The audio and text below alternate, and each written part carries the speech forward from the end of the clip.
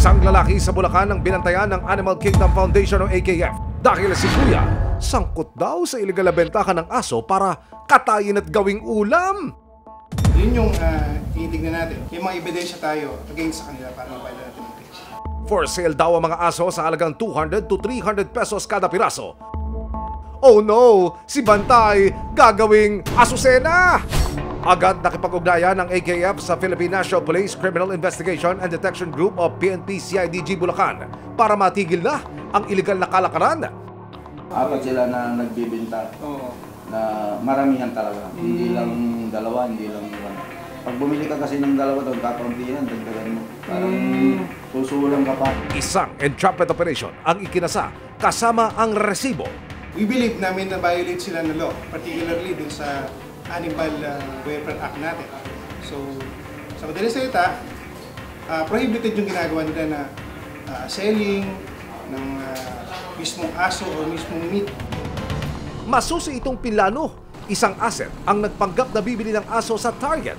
Mabilis na tumulak ang grupo patungo sa Pandi, Bulacan. Oras na para katayin ang iligal na gawain.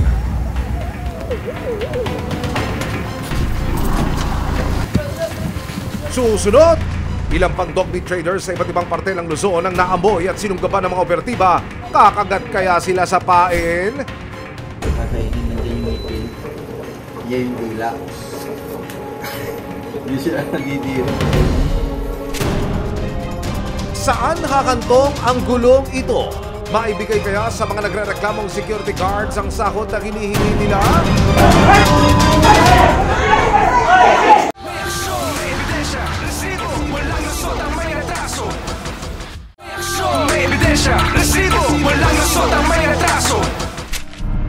Agosto ngayong taon, naging matalas ang pang-amoy ng mga operatiba sa mga iligal na bentahan ng aso para gawing ulam o asusena. Mayroon sa Bulacan, Bataan, maging sa Batangas. Wow, north to south ha? Ayon sa nakalap na impormasyon ng AKF sa Bulacan, isang lalaki ang nagbebenta ng aso para karnihin. Sa Bataan, isang lalaki rin ang minanmanan ng AKF sa parehong modus. At sa Batangas, aba! Ang mga aso, itinitinda bilang ulam! Agad nakipag-ugnayan ng Animal Kingdom Foundation sa Criminal Investigation and Detection Group, Bulacan para mahuli ang dog traders sa bayan ng Pandi. Ganito ang gawin mo pare. Halimbawa kung yung mga aso ay nandyan sa likod ng bahay niya, binago yung sinasabi mong area. Ilabas mo lang siya, kukunin na namin, and then ituro na lang niya yung area. Kung hindi niya ituro, sabi mo sa mga tropa mo doon, mamay mag-guide sa amin na ituturo lang yung kung asan yung mga aso, ano? Sige. Baba na kami, sir? Sa hudyat ng asset, positive! Kumagat ang suspect. Nahuli sa kanya ang 6 na aso na nakasilid sa mga sako.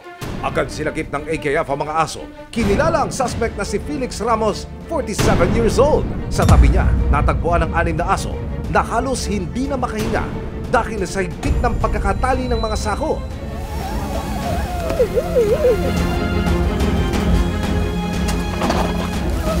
Agad ni-rescue ng AKF ang mga aso. Meron po tayong nasakip ng 6 na aso na mga aspin po ito at ito po ay mga patay. Depensa ni Felix, nadatnan lamang daw niya ang mga nakasakong aso sa labas ng kanyang bahay. Inang po, hindi ko kasi nga po, kukuha siya ng aso.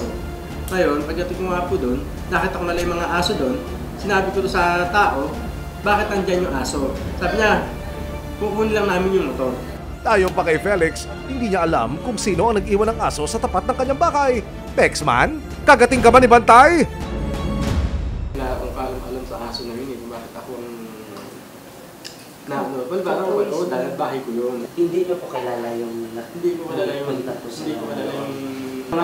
mga aso na yun. Dadalhin po natin sila sa ating rehabilitation center kung saan po nakalocate po ito sa Kapas, Tarlac. Doon po natin ibibigyan po ng proper care po at vet care po para sa kanila. Sa Balanga, Bataan, isang entrapment operation day nang isinagawa ng CIDG Bataan para mahuli ang isa pang sangkot umano sa bentahan ng aso. Tumulak ang CIDG Bataan at AKF sa Barangay Lamao sa hudyat ng asset. Agad iniligtas ng AKF at CIDG ang mga kaawa-awang aso na nasa loob ng isang kulungan. Ang isang aso may busal pang alambre sa bibig.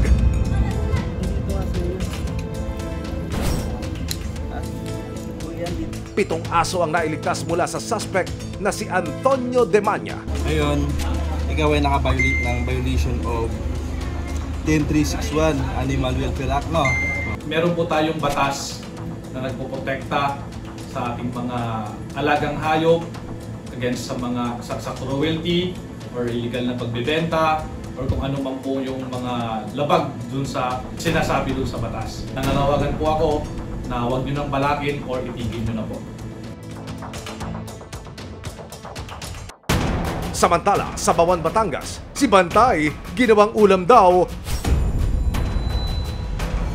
Isang stall ang sinalakay ng mga operatiba kasama ang AKF. Ang mga ibinebenta raw kasi sa stall, lutong aso. Ilang plastic po yung naluto nyo ngayon? Iba't ibang putahe rin ang nadat na ng mga otoridad. Siyempre, ititinda na yan nila ng luto. Naka-styrofoam yan or naka-plastic-plastic. Usually, no, may kakatabing tindahan yan, doon na nila ibibenta. Naka-styrofoam po yan.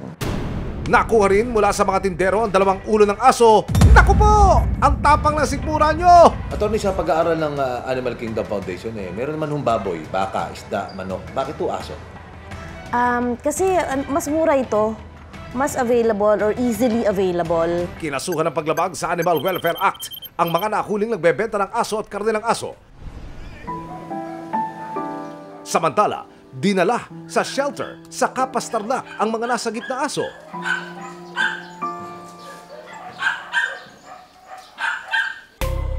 Paulit-ulit na paalala ng mga otoridad, bawal ang pagbebenta para nakita at pagkatay at pagkain ng aso. Dahil kung hindi, matitikman ninyo ang pangil ng batas.